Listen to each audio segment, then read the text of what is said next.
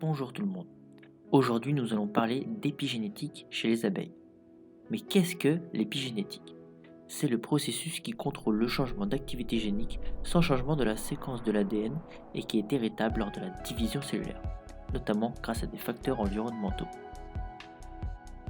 Dans un premier temps, nous allons voir les différents habitants de la ruche. Puis dans un second temps, nous verrons les processus épigénétiques et enfin l'élevage de reines chez les apiculteurs.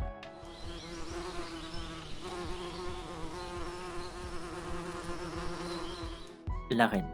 Elle mesure 2 cm, elle a un gros abdomen car elle a des ovaires développés qui lui permettent de pondre 2000 œufs par jour. Son espérance de vie est de 4 à 5 ans.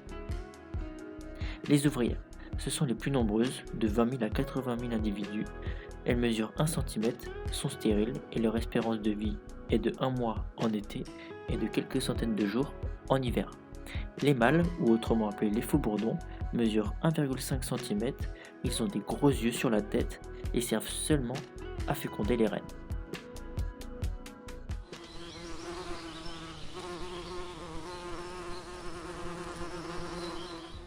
Mais comment les abeilles se différencient-elles en reines ou en ouvrières?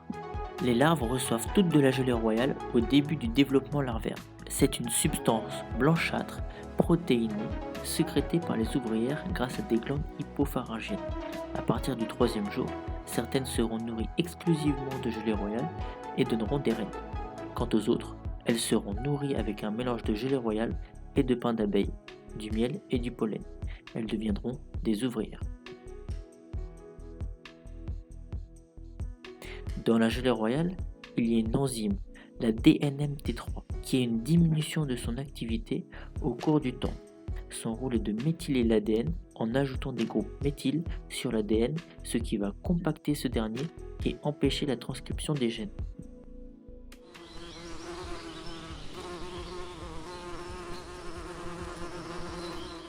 Les apiculteurs utilisent la technique du greffage.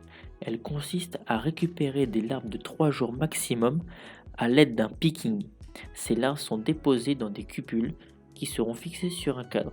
Quand toutes les cupules sont pleines, l'apiculteur met le cadre de cupules dans une ruche où seules sont présentes une centaine de nourrices. Elles auront pour rôle de les élever.